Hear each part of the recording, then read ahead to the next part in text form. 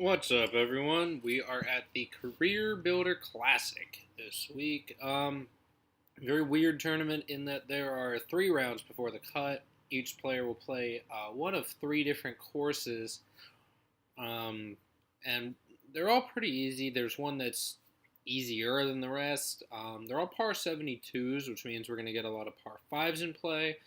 Um, so I'm comfortable targeting some of these more risky guys this week because um, we're gonna get 3 rounds out of them no matter what. So they have that chance to go low one of those 3 days, and then make the cut pretty much based off that. You would think, um, and so I mean with 3 rounds and then only 1 round of missing the cut, you may see even if one guy makes enough birdies, uh, eagles, even if he makes a lot of bogeys throughout the week and ends up missing the cut, like on the number, he may do better than a guy that makes the cut just like parring out pretty much. Just the way the DK scoring works. I don't know if that's happened before, but if it's gonna happen, it's gonna be on a week like this where you get 3-1, 3 guaranteed rounds. I haven't checked the weather, but I will do it quickly. Da, da, da, weather. I'll do the weather quick just because the wind forecast is kind of changing. Yeah, so tomorrow, not really windy. Friday's scheduled for some wind, but really nothing. I mean,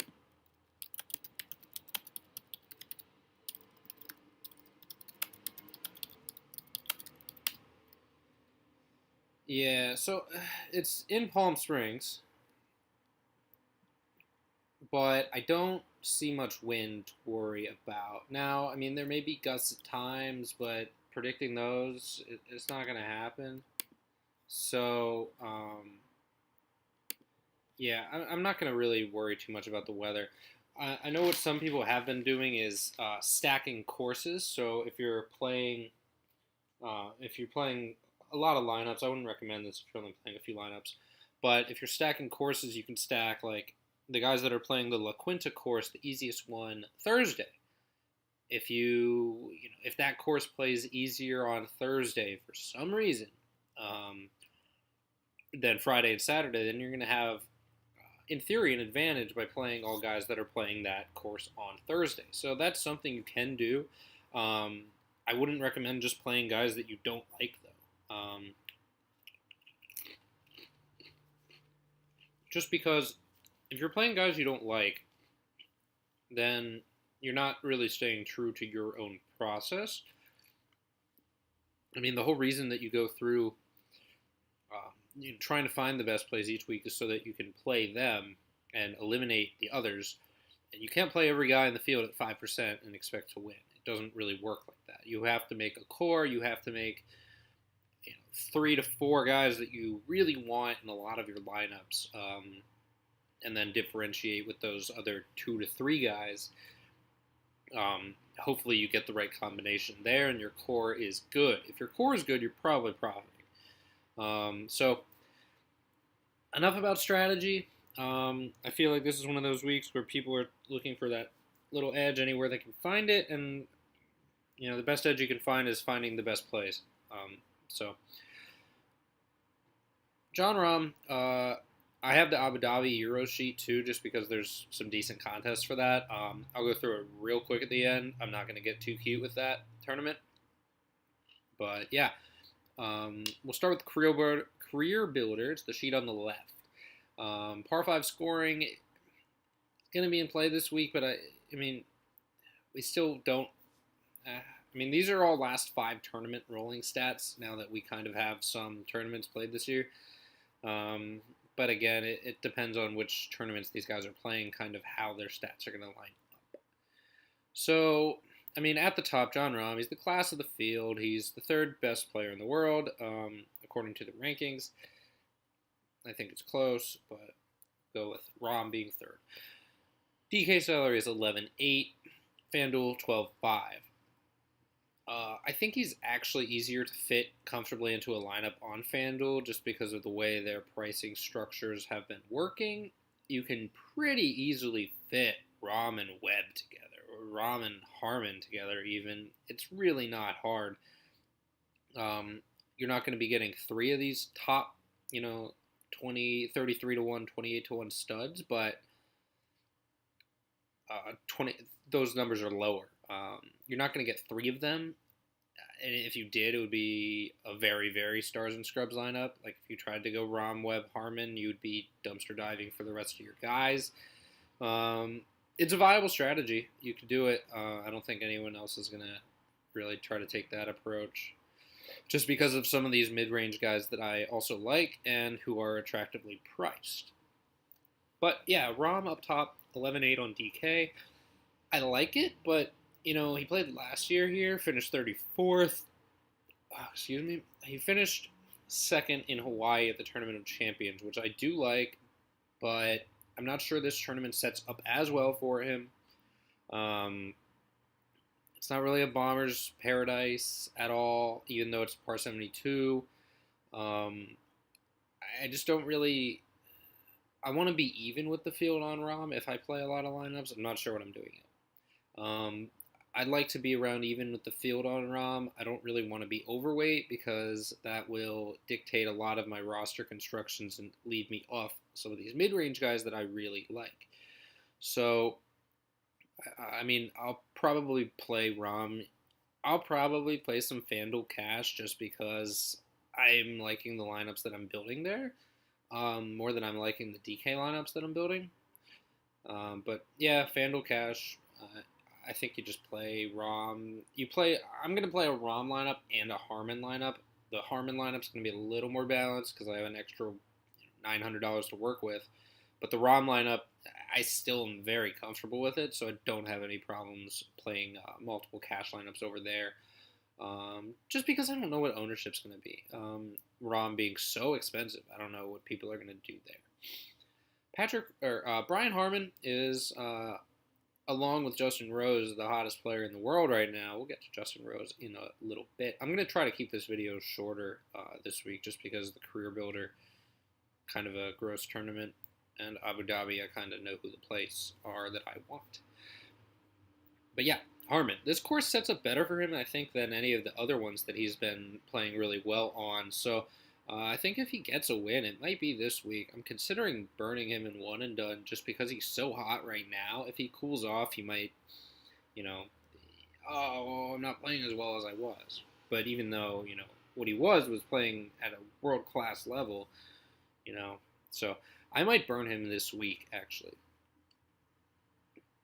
But yeah, he's a great play in all formats, and I think maybe he goes lower owned on DK because of the salary being so close to Rom. People are just going to spend $300 more for Rom. I think that makes Harmon a very good GPP play, but in cash, it sounds weird saying that, oh yeah, save the $300, go with Brian Harmon over John Rahm.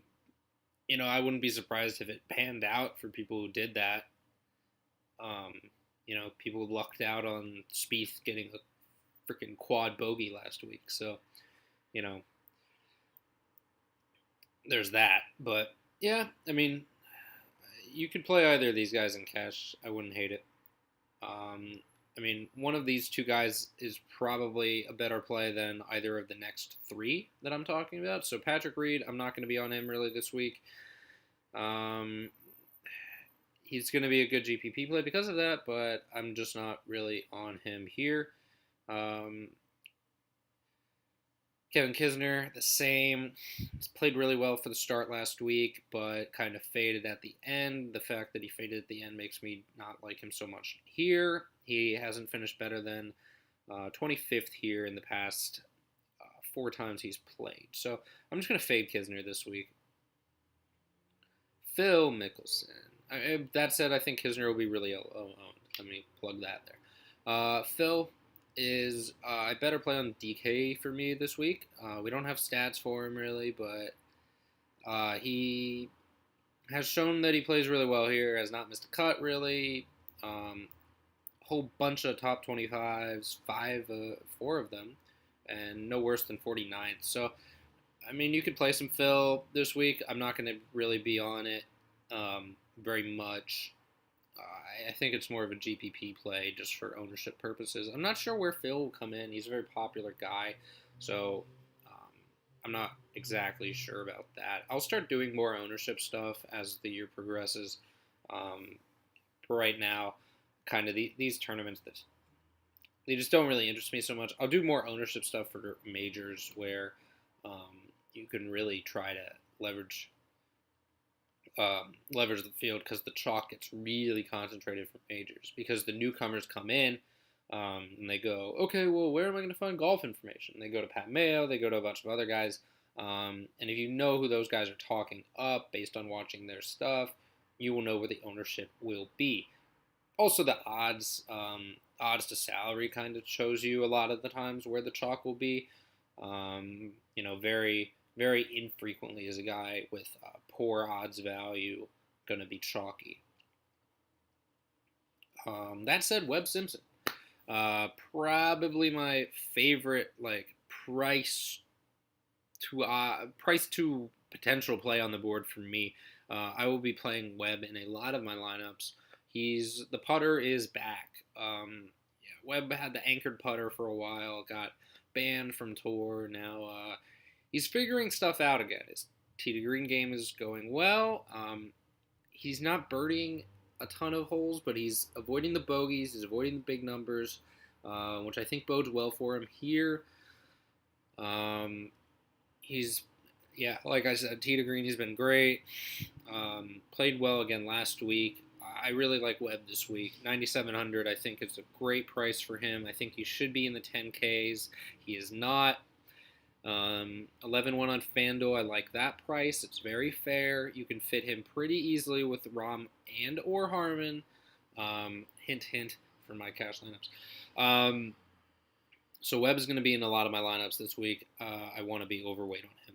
Duffner was good last week for me at 7,300, which was an inexplicably cheap price tag. But that said, I'm not sure I'm going to be on him this week. I think I might wait on. I mean, this is a good course for Duffner, and I think he goes low owned because of Webb right there.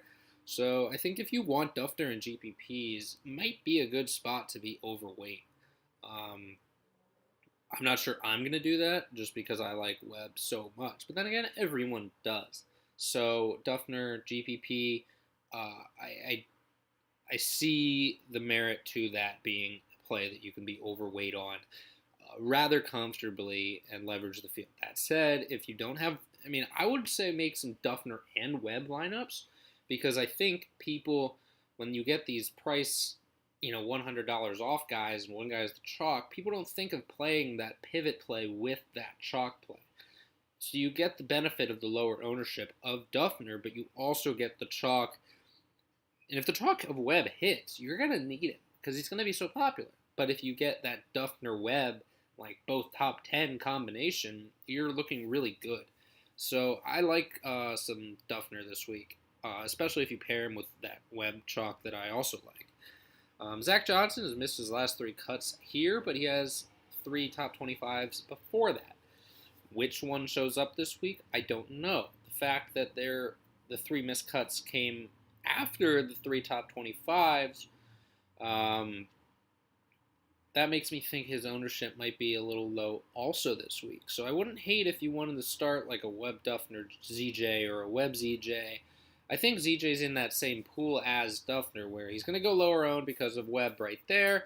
He's going to go a little lower owned because of that course history being shoddy recently. But Duffner has the opposite. Duffner has the good course history. So I think Duffner might be I think both come in around 10%. There's a lot of merit to playing both in GPPs this week. Like I said, I'll be underweight on Reed, Kisner, Phil, and I will be probably a little overweight on Webb, Duffner, ZJ. Patton Kizzire lines up really well here. Despite winning last week, I'm not sure if people are going to be on him because he won last week, or if people are going to fade him because he won last week. and he doesn't really have the greatest history here. That said, he is hot, and he fits really well at this course. Um, so I think there's merit to playing him in GPPs again this week, but I don't know about cash games. Um, I wouldn't have a problem with it. It's just that at 9,100, I'm not sold on paying that price for Patton Desire. Brendan Steele is right there. His stats are terrible right now. A lot of that is due to a poor performance at the Tournament of Champions. But he's played really well here the last 3 years. I think there's merit to Steele on FanDuel at 10-2. Kazire at 10K on FanDuel is interesting too. Let me say that. But 8,900, I would much rather take Ches Reavie for 8,800. The FanDuel price on Ches is a lock and load for me, 9,400. I will be playing him pretty much everywhere. Again, I wouldn't be surprised if he's the choc du jour over there, but I will be having a lot of the Ches. Chesson Hadley, interesting player, really came in off the web tour and played really well in the fall swing. He had a withdrawal due to an illness, came back the next week, played really well again. He has 3 missed cuts here in the past, but he doesn't really have good course history anywhere and played really well in the fall swing. So I'm going to overlook those 3 missed cuts, and I will be playing Chesson Hadley on FanDuel at 8,700 is too cheap for his odds and the way he's been playing in the fall swing. 9K on DraftKings, if you're playing a guy on one site, you should probably be considering on the other site. It's just that when price matters, I'm not sure I want to be putting my 9K into Hadley over a Reavie or a Kazire who won last week versus Hadley who took some weeks off. So next up, Bud Cauley, 8,400 on DraftKings is a great price. 9,500 FanDuel, again a great price. Cauley played really well in the fall swing and has 4 top 40s here in his last 5 tries. 3rd place, 14th last 2 years. Really like Cauley this week. He's getting birdied and he's avoiding the bogeys, which is always good to see. Tee to green, he's been great. I really like Cauley. I really like Reavie. I really like Webb. You could definitely build a solid start to a cash lineup with those 3 guys on DraftKings. I don't know if you need a Rahm and a Harmon up top. They're safer for sure, but they're pricey. FanDuel, you can very easily put a Rahm, Webb, Ches, Cauley lineup just because Ches and Cauley are underpriced. So that's kind of the route I'm going on FanDuel. I might be playing a lot more over there this week just due to the pricing, showing me some things. Charles Howell on DraftKings, great price at 8K. Played solidly last week and has some very solid course history here also. So I do like the Charles Howell play at 8K on DraftKings. FanDuel 10K. Maybe you go with Kazire or Steele in that same kind of range over CH3. That said, I think CH3 is a very safe play. Steele, I think, carries some more risk given his recent struggles. And Kazire I like also, but I seem to just trust CH3 more given his larger long-term body of work. Snedeker, 77 DraftKings. This is one of those prices that jumps out at you. When I look at that price on Brandt Snedeker, I think that is too cheap. Coming off of not even an injury, but like a dehydration withdrawal in Indonesia. I think he just went over there hoping to boost the ranking to get in the Masters, and maybe he just wasn't really prepared for it. Maybe, I don't know what exactly happened to him over there, but he has some good results here in the past. He wouldn't be playing here if he wasn't healthy enough to do it. So I really like Snedeker's price this week. I will be playing a lot of him. I don't want to miss the boat. He's trying to qualify for the Masters, and he really wants to be in the Masters, as anyone does. But, I trust that he's more motivated with that, like, in the forefront of his mind. So I really like Snedeker's price on DraftKings this week. FanDuel, I think there's better value, so I'll just be fading him on that site. Kevin Chappell is really interesting to me, also at 7,700. Not the greatest of results here in the past, but I think his upside really limits the risk for me with an 8th, 30th here in the past, 66, 58, 48th before, but Chappell's really shown that he can pop, especially when people aren't going to be on him. I know he did it at the Canadian last year. But Chappell is a world-class player, 45 to 1. 45 to 1 even seems a little sketchy for him. But 7,700 on DraftKings is too cheap. I will be playing a lot of Kevin Chappell. FanDuel again, 10-3. I trust Charles Howell more, just given his recent play and his history here. Austin Cook is going to be a good play again this week in GPPs only for me. He lines up well. He quietly played really well last week at Sony again. So I do like him this week. He's just not going to be a core play for me. Bill Haas, another guy, stellar course history here. A lot of top tens, 2 wins, a second. That said, he did not play so well very recently, which I think might keep people a little bit off of him, and I will be one of those people that kind of stays away. I just like the way that Chez has been playing more. I like the way that Howell is playing for cheaper. Cauley. I will just be on those guys, and I will. If Bill Haas is the guy that burns me this week because I don't play him, let it be. But I just don't see it happening. I just really don't. I don't know about him this week, so I'm going to stay away. I don't like trying to force a Bill Haas into my lineup when normally he's not making the birdies that you need him to be making. Just not going to be my guy this week. I see the merit in it if you're a big course history guy, but for me, it's not going to be a core play. Russell Knox, again, I think is just, I don't know, man. It's tough to say Russell Knox is a GPP only play when he's been putting some solid results together, stringing them together. But he was really, he chipped in like twice last week. He had some really long putts. I don't know if that's going to continue for him, which makes him more of a GPP play for me. James Hahn played really well last week. It's another course, just like I said last week, where he has solid course history, but no pop results. But he does have a pop result here. At a fourth place is a 20th. Arguably course history better than at the Sony, and James Hahn turned it on last week on Sunday, shot at 62. So I see a lot of merit in riding the James Hahn train again this week. I don't see why you wouldn't, given his history here, his recent form. Play some James Hahn. I don't think other people will, if I'm being honest. I don't think other people are going to be on him. I think people think of James Hahn as like a 1 week guy, but I think you can hop on here and feel comfortable with it. Chris Kirk, another really, really good form player right now with some solid history here. So I'm going to be playing some Chris Kirk on both sites.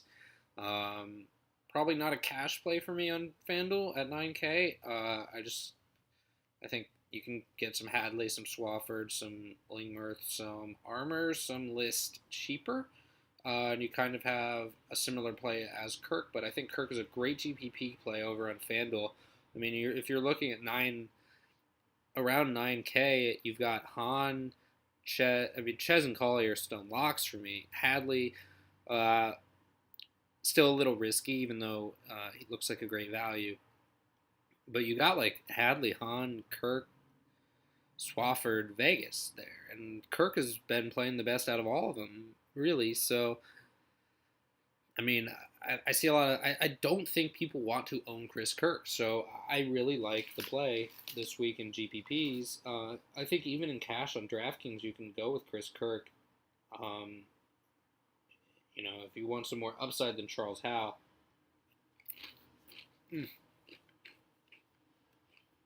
Fun shower. But, so Chris Kirk, great play this week. Swafford, defending champion. Decent enough results in the past. I don't know why this is a 95. It should be an X for miscut.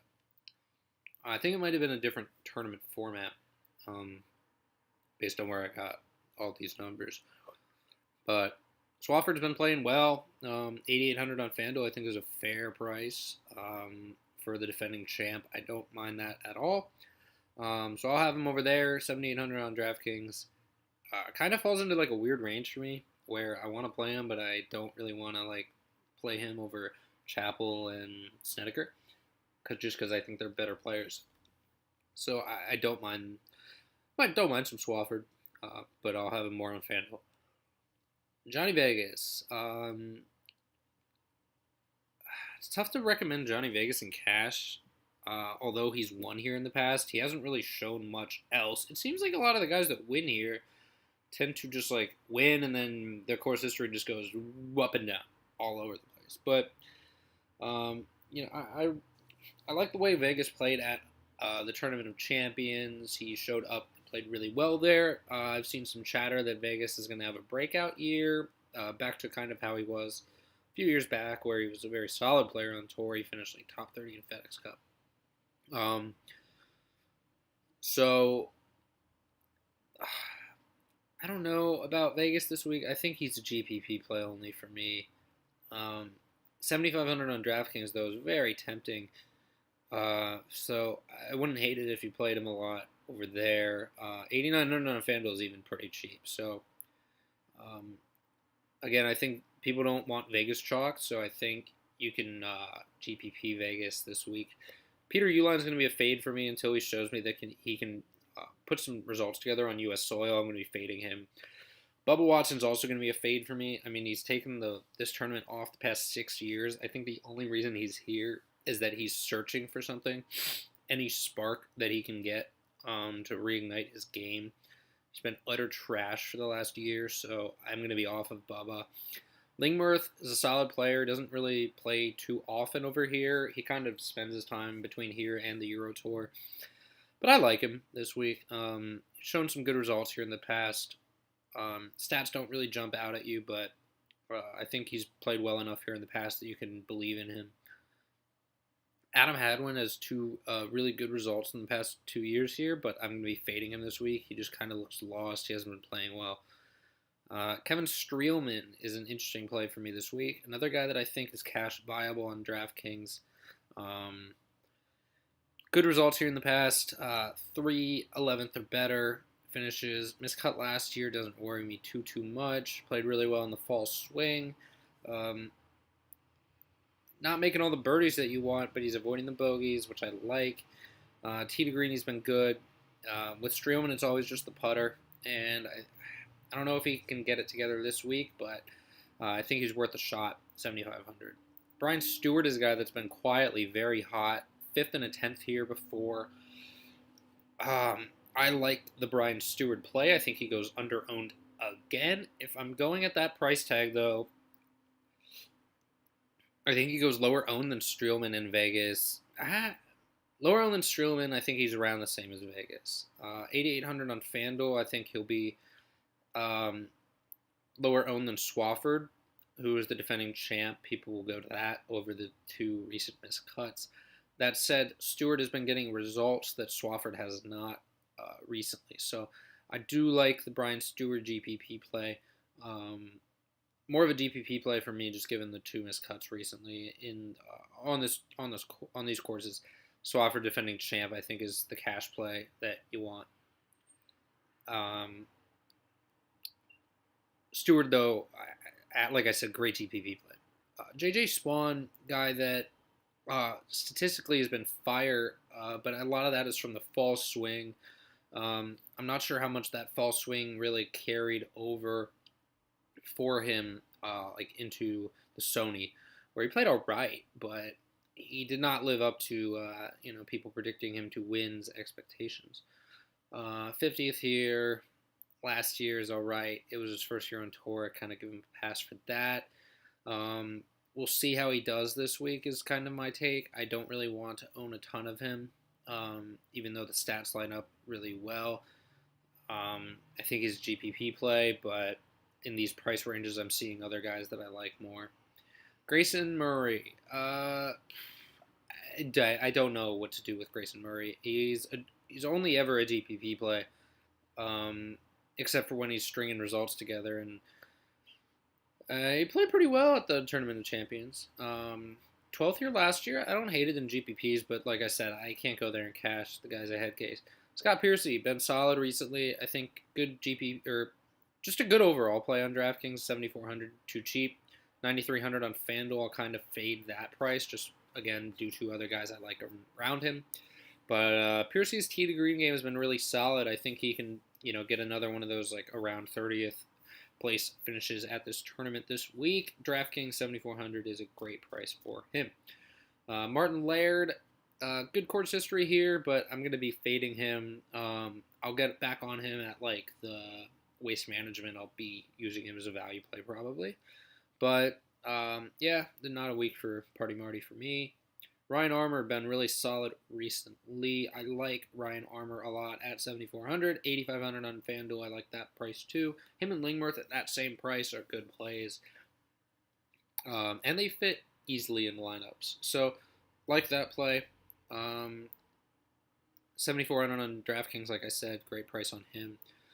Lucas Glover is going to go low owned this week, and I don't know why, but I think it's just because we haven't seen him in a while. He has the potential to play really well here. Great ball striker.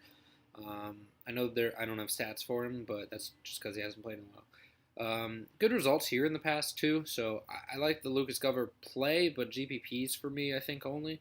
Kevin Na burned everyone last week, me included. Saved me, or really cost me from having like a great week as opposed to a decent week. I mean, I made money last week, but it was really a sweat thanks to Spieth, and I had one lineup 5 of 6 that just had no chance. It was all because of Kevin Na over Swafford. I basically just put the same lineup with Na over Swafford, but that call cost me a little bit. But yeah, Kevin Na, I mean, decent results here in the past, but 70th last year, miscut last week, kind of at a course that he played well in the past, same kind of history. Kevin Na's putting was atrocious last week. He wasn't making birdies and he wasn't avoiding the bogeys, which for me, very worrisome. Could he pop here? Certainly, but I'm just kind of burned by him. I might just force myself to play some Kevin Na and GPPs on DraftKings at that price, just because, if he does the thing where, the chalk 1 week on DraftKings or the value on DraftKings 1 week, if they burn you, they tend to play well the next week. I don't know. It's just something that people notice happens. Probably because they're still watching that guy. But Kevin Na, GPP only for me, but GPP DraftKings only for me. Sung Kang, I'm going to be off of him. I mean, the miscuts, that's not good. Luke List missed the cut last week. 2 pretty poor performances in a row, but this is one of those tournaments where he's going to be playing 3 rounds of par 72 golf. And Luke List is one of the leaders on tour in eagle rate. So if you're looking for a guy that can potentially get some super mega DK points out there for you, Luke List is my guy, but it's going to be FanDuel only at 8,200. If I'm looking for a value play on FanDuel, I'm taking a guy that has a high, fantasy point equity. So even if he does miss that cut, I feel like I'm getting 3 rounds of high fantasy point scoring, guaranteed. So I like that play a lot this week. Jason Kokrak going to be a fade for me. Wes Bryan took the driver out of the bag on par 72. That does not seem ideal. He's going to be a fade for me also. I don't know why it wasn't just scrolling for me. I don't like that. Let's see who else we got here. JT Poston, I think, is a solid play this week. He's going to go really low owned if you need that extra salary. I like it. Tom Hoagie really showed up last week, but poor results here in the past. Those stats are pretty much Sony stats, so I don't hate that play. Also, if you want to ride some recent form, Ben Martin. Another guy that played really well last week, could fit well here, but I'm not a big fan of Ben Martin. CT Pan, going to be a fade for me. Also, I just kind of left these guys in here because I might have seen something about them. Sink, 3 missed cuts last 3 years. Last year he was basically a cut making machine, but I mean, that's how people think of him now. But I don't really see myself going there this week. I don't know if he's going to make the birdies that you need um, really to have a great week out of him this week. So I'm going to kind of avoid Sink, and I'll hop back on at probably like next week. I'll hop back on the Sink train. We'll see how he does. I mean, he could easily top 30 here. But I think he might be popular, and I think I'm going to fade it. Ryan Palmer is really good course history here. Coming back off of a injury season, a lot of personal stuff, I guess, with him. But those results were also. He has this kind of course history at a lot of places. Ryan Palmer used to be a very, very good player on tour. Now, the thing is that he's fallen off a little bit, and I'm going to wait for him to get back on before I hop on him. I just don't know if he will get back to where he was in the past, so I'm going to be avoiding Ryan Palmer. Nick Taylor, fade for me. Brian Gay, fade for me. Ryan Blom, interesting because he played really well last week. I just won't be on it. Just naming names that I think are potential plays. John Peterson played really well last week for a while. He's in play, I guess. Taylor Gooch just putted the lights out last week. He might gain some traction as a super value play, but not going to be on my radar. Another guy that I had on my sheet and then got rid of. I don't know why I got rid of him. I should have got rid of like a CT Pan. But Sam Saunders, the grandson, as I call him. He could play well here. I think he's just a dumb price for how he's played at certain places in the past. So I don't mind Sam Saunders, but yeah, the guys in bold are going to be kind of my most confident plays overall. A list on FanDuel, I have him bolded. Lingworth, FanDuel. Kirk, more FanDuel, still DraftKings, but. Yeah, these are the kind of things that I'm looking for this week. These guys, and real quick, we'll hop over to Abu Dhabi. Like I said, I'll be in the Slack chat too for the rest of the day, on and off. If you want to catch me over there, run some lineups by after the video gets posted. But yeah, Abu Dhabi. My pick to win is DJ. Big surprise there. I'm going to be jamming DJ into a lot of my lineups. I'm only going to make like 5 to 10 this week. And I think I'm going to have DJ in like over half of them just because I think he wins. Rory coming off injury, great course history. And by great, I mean like almost as good as you can get without a win.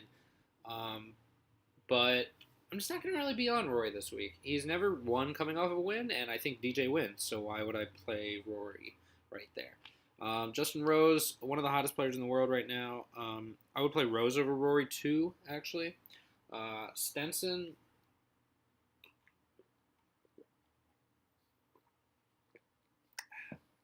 Stenson all right for me this week. He's going to go low owned because of people wanting to pay up in the 11Ks, and this 9K range is strong too. Stenson, GPP for me. Paul Casey, fade for me. He hasn't played too well here in the past, so I'm going to be off of him. Fleetwood won here last year, so he's going to gain a lot of traction. He's been playing really well. So I do like Fleetwood this week. My worry is ownership. He might be chalk. Super chalk. Brandon Grace, been playing well. 13th and a 5th last 2 times out here. Got a 2nd at the BMW South Africa Open. I like Grace. It's just the price tag, a little high. So yeah, I don't know about him. Hatton, another guy kind of like Grace. I think he's going to go in this low-owned range, but he has upside. So, I think Stenson, Grace, Hatton are your low-owned plays in this like 10, 9K range. Yeah, and I almost like them just as much as Fleetwood. Looking at it. Keimer, great course history here. Really like him this week. He's been playing better recently than he was last year, so Keimer will be chalky too, probably. Kuchar has never played here before, so I'm going to wait and see on that. He kind of announced today that he's going to into this like ambassador partnership with the Euro Tour. So I don't know what that means for him playing on the PGA Tour as much in the future. It could be one of those things where Kuchar sees himself kind of entering the twilight of his PGA Tour career and wants to. He said he likes to travel and just wants to see the world, which, okay, Kuchar, but whatever. So I don't know what he's going to do with the PGA Tour now, but we might see more of him in these Euro events. I think he might be. He'll go low owned because people don't want to play Kuchar in a field with no course history. That said, I like RCB cheaper. RCB's just been playing better. Same odds, cheaper price. Why wouldn't I take him? Wiesberger, good results here in the past. Been playing really well. Thomas Pieters, I've been seeing a lot of bets made on Thomas Pieters, but that's because Thomas Pieters is a boom-bust player. GPP only for me. Yeah, Matthew Fitzpatrick. Been playing really well recently. He's better than Daniel Berger. That's a fact. He's better than Daniel Berger. If you follow the right guys on Twitter, you'll know why I say that. He's just underpriced, and I'm going to be playing all of the Matthew Fitzpatrick. I already have a bet on him to win the Masters, so why not? Barnrat, he played really badly at the I don't know what it's called, like it was the European versus Asia Cup tournament last week. I forget the name of it, but yeah, Barnrat pretty much didn't pick up a point, which I think does not bode well for him here. His price tag is way too high. Also, I'd rather just play Wiesberger. Ross Fisher, in the same boat as Fitzpatrick in that he is way too cheap, and Fisher's playing well. So a lot of my lineups are going to start like DJ, Fitz, Fisher. I'm going to be playing a lot of Fitz and Fisher. So those are going to be my two guys that either make or break my week. Ben on 3 really good performances here. Last 3 years, just had a really like rough fall swing. So I'm not going to be on Byung-Hung on. Although I see the merit in it, given the history. But again, price, I'd rather just have Wiesberger. Westwood, not really on Lee Westwood this week. I like Ian Poulter cheaper. I think Poulter offers you a solid floor here this week. Haotong Lee, interesting play. GPP only for me. Graham McDowell, another just, I don't know what to do with him play. Olsen, another play that I'm not really sold on. Fratelli at 7,300 is interesting. I think he's been playing really well. Miscut here in the last year, but that doesn't really worry me too much. Playing alongside all these best guys in the world may rattle him a little bit for the first time. I don't know, but I like Poulter for 100 more for that really solid floor that he offers me. Joost Luiten, the pride of the Netherlands. 29th, 5th, 6th, his last 4. I really like Joost here. He's been playing really solidly of late. So I like him a lot this week. Paul Dunn is going to be a low-owned GPP play for me. Burmester disappointed me last week. I think he's worth a shot, but I don't love the play at that price. I will take the Fisher and Fitz plays all day. Pablo Lara Fable. He's overpriced for his odds given his history, but the history is compelling. Eddie Pepperell. More GPP for me, but I like Poulter more. Sullivan, not really going to be on him. Donaldson, GPP only just due to the history. Kiefer, again. Any of these guys down here are just GPPs for me. Just given their history and some things I think about them as players. But that's pretty much all I've got for you this week. Anything else, you can feel free to hit me up on the Slack. Hit me up on Twitter at mandrews93DFS. That is it for me this week. And I will yeah, I'll answer any of your questions, review your lineups, and I will see you next week.